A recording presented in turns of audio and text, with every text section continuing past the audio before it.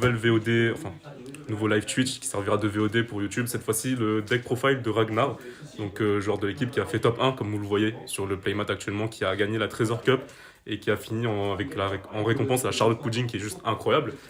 En format EB02, il a joué Eustace Kids et comme avec Bastien, il vous fait sa deck profile et il va vous raconter un petit peu son parcours Treasure Cup.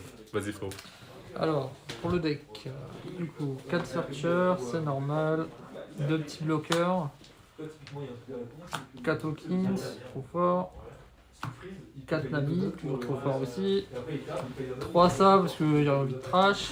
2 fois lui parce que j'aimais pas le coup 5 tout simplement et parce qu'il s'exposait trop aux réductions de coups, limite c'est plus fort. 4 low, classique. 4 kills, c'est classique. Et 3 ace, c'est classique aussi.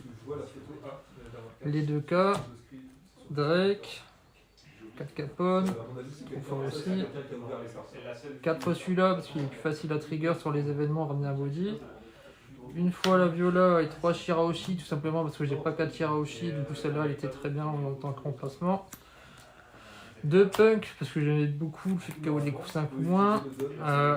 Ensuite les 2 petits Spice. Une fois ça m'a pas servi mais j'aimais bien avoir l'option. Et une fois la carte event pour Searcher, j'avais pas envie d'en jouer plus qu'une parce qu'après c'est une brique et quand tu l'as en main une fois c'est bien, si t'arrives tu peux la résoudre, mais pas plus. Ça c'est pour le deck. Au niveau des match-up, Buggy premier, ça s'est bien passé, il n'y avait rien de spécial à remonter. Vegapunk, j'ai joué uniquement avec Lou. C'est le seul Ayan que j'ai trouvé. Et du coup, je l'ai trouvé en x4. Donc ça l'a bien ralenti derrière. Ça fait le taf. Ener, il n'a pas eu vraiment de chance dans le sens où il n'a pas touché ses Ener ni ses Yamato. Du coup, il a dû jouer avec seulement ses Katakuri. Et moi, j'avais touché un kill, mais mes kills sont mis en point de vie, mais ça n'a pas suffi parce que, en fait, tout simplement, mais ça, c'est juste trop fort. Il pouvait pas les gérer, sinon il mourrait.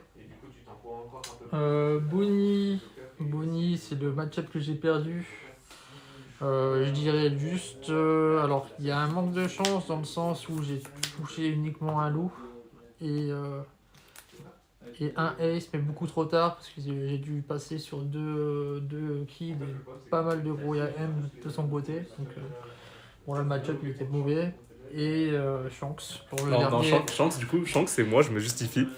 Il a win, mais j'ai troll. En fait, j'ai troll parce que, main de départ, j'avais un Riley, j'avais 2 Riley, j'avais un Riley, j'avais 2 Shanks, rush. Et je me dis, vas-y, je nique sa mère, j'ai mon late game et je vais essayer de tenir en attendant, j'ai serré les fesses. J'ai juste pas joué, il m'a eu à l'usure, du coup voilà.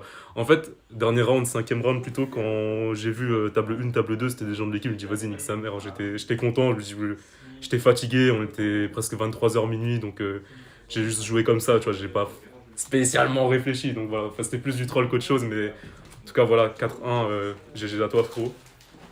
Merci. Et du coup, je pense que c'était tout grossièrement pour ton parcours Treasure Cup. Ouais, ce qui a foutu un gros bordel, ce que je sais pas si Bastien l'avait dit ou pas, c'est que du coup, il y aura Don Frogo, enfin alias Manu, qui fera son deck profile après.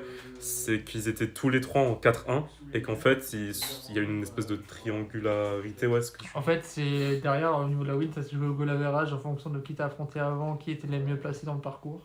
Ouais, et voilà. de mon côté, en fait, comme les match-ups, ça a été 2 personnes qui ont fait 4-1 et 3 personnes qui ont fait 3-2, en fait, j'ai eu un goal average monstrueux. Ouais, voilà, c'était ça. En tout cas, voilà, merci frérot pour le deck profile, pour raconter aussi ce que tu as fait en Treasure Cup. N'hésitez pas à mettre en commentaire si vous avez des questions, ce genre de choses, un petit peu comme Bastien juste avant. Et on se trouve du coup pour la prochaine vidéo qui sera deck profile de Manu et qui jouait Enel. À toutes, bisous.